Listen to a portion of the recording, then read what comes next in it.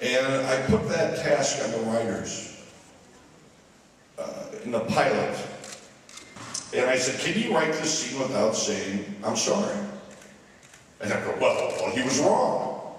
I said, no, he wasn't wrong. He was just being a man. He was just doing the best he could as a man.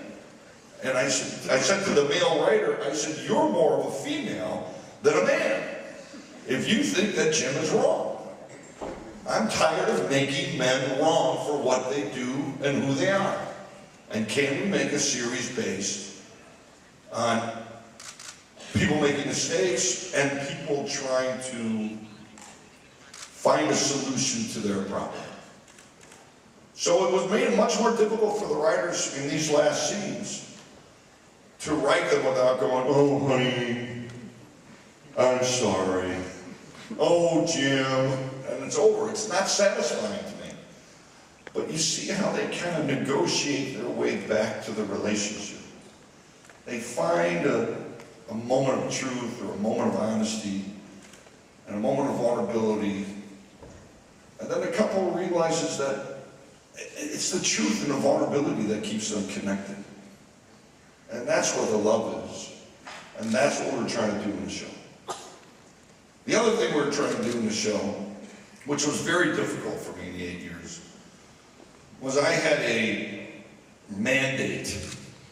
And that was a 9-year-old daughter and her father should be able to sit on the couch and watch this show, and neither one of them should be uncomfortable. And that's hard to do because it makes it very GP rating, and it's really hard to be funny in the G world. Many series that are on TV now are based on sexual jokes and farting jokes. But I was just talking to my wife as I was watching, there were 3 shit jokes in the show and 1 gay joke. And I don't like them. I like them in the theater and I like them in a nightclub. But when you have children under the age of 10 years old in the house, you want to entertain them without reaching into those kind of jokes. And it was a struggle. Chiedo scusa se mette a profili ad una camarana che ci stanno facendo la traduzione, forse è meglio che chiedo scusa a voi soprattutto del mio pessimo inglese, ma è meglio, no, I will ask a question in English, I think it's fast, I beg your pardon for the accent of course. This comes out of from a strong collaboration with the screenwriters. You read the script, you give them notes, how did you work with it? Well, television is a producer's medium. And the producers in television are usually the writers. And so the producer and the writer, they really wield the power in television.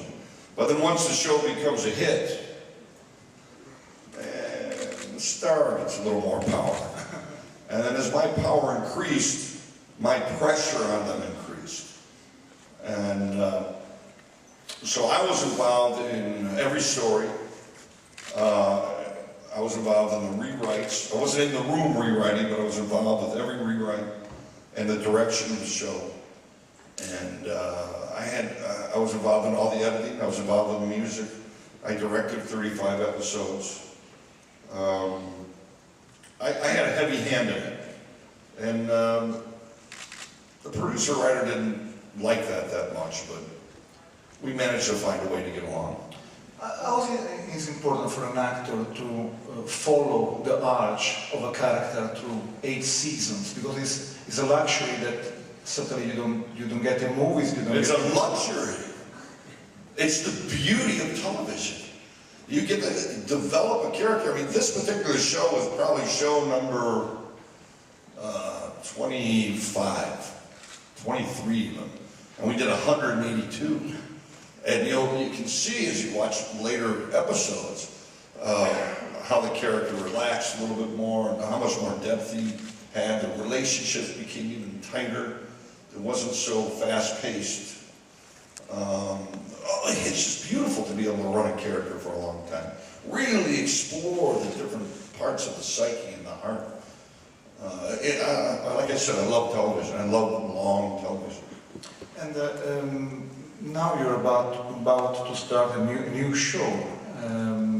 I know that you can't say anything because it's a concept show, so you don't want to say anything. Well, it's a sitcom, and I made a deal with ABC Studios. Francesca's here representing ABC Studios, and ABC again, which is the same people that did According to Jim. And it is, it's based on a relationship between a father and a daughter. I can't really talk about what the concept is, because it's a high concept, and it's one that can be stolen very easily. And in my profession, there are a lot of thieves. Not only you. I'm a thief. I steal jokes. I steal, I just can't have anybody steal this idea because it's very precious, very good idea. But I mean, you think about it, actors, you know, the Commedia dell'arte, they were really thieves. They went through different towns and they would perform as minstrels and they would pickpocket and split, you know. And that stays true today. Actually, here's your watch. Thank you very much. I was looking for it. Thank you. Okay, so I won't need the phone. Yeah. I love Italy because you do the double kiss. So you get really close to get into the pockets.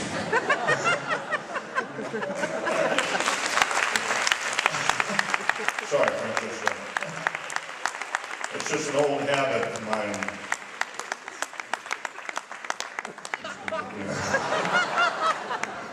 I'll keep it.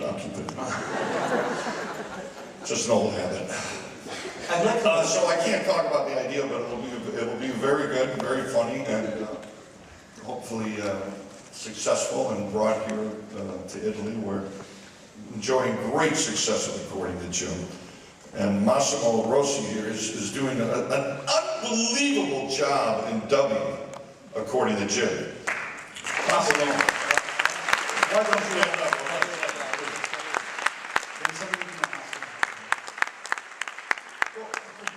What do you like of Massimo voice? Well, I mean, you know, Italy takes their entertainment very seriously, which is really great because I take it very seriously. Oh, so great. Double kiss. The double kiss.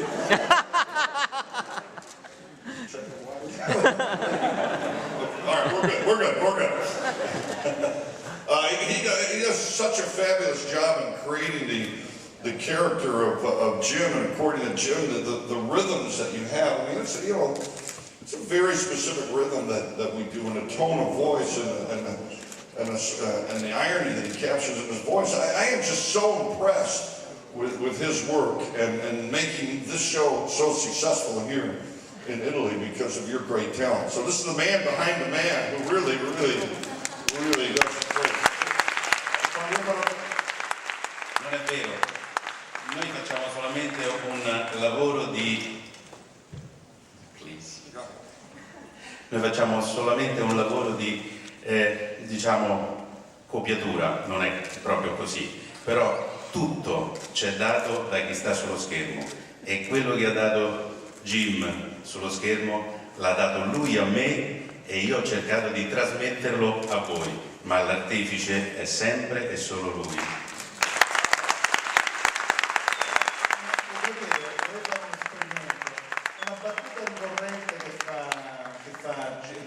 Jim che vuoi fare in italiano, la facciamo sentire e poi Jim la fa in inglese?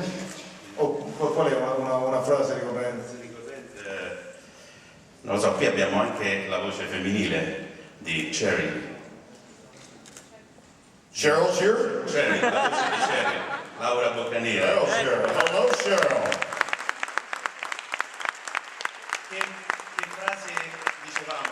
Ma sono talmente tante le frasi ed erano talmente belle che io ricordo in particolar modo questo episodio, nel senso che noi eravamo in sala, doppiavamo con il personaggio che doppiava Andy.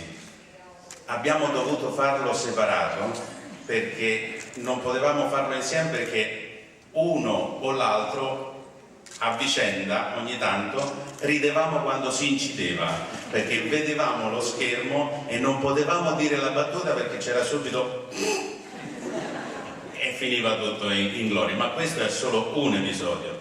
Noi ci siamo divertiti, anzi ringrazio te per averci fatto divertire lavorando per 8 anni e aver fatto divertire loro per 8 anni con questa situation, che non è una situation ma c'ha molto di filosofia e che mandano ancora adesso. Noi le stiamo rivedendo con piacere per l'ennesima volta, anzi volevo chiederti quando ricominci a farci divertire.